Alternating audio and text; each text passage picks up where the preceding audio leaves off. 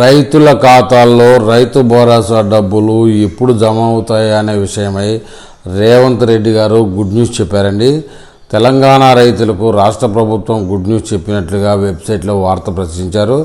త్వరలోనే రైతుల ఖాతాల్లో రైతు భరోసా డబ్బులు జమ చేయనున్నట్లు సమాచారం ఇస్తున్నారు.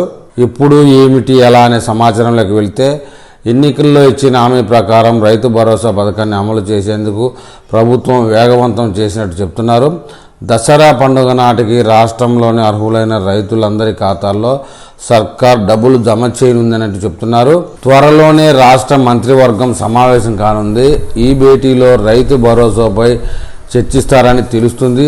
ఆ తర్వాత పథకం విధి విధానాలను ప్రభుత్వం అధికారిక ప్రకటన చేయనుందని చెప్తున్నారు.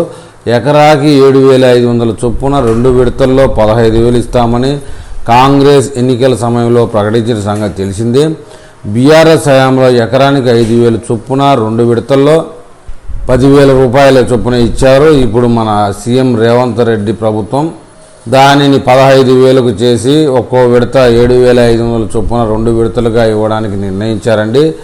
దీని విషయమై 2-3 రోజుల్లోనే అఫీషియల్గా న్యూస్ తెలంగాణ ప్రభుత్వం వారు చెప్పనున్నారు. ఆ విషయం రాగానే నేను మళ్ళీ ఒక వీడియో చేస్తాను. ఆ వీడియో మీకు చేరాలంటే నా ఛానల్ సబ్స్క్రైబ్ చేయండి, లైక్ చేయండి. మీరు నాకు ఏదైనా తెలపాలనుకుంటే కామెంట్ రూపంలో తెలపండి.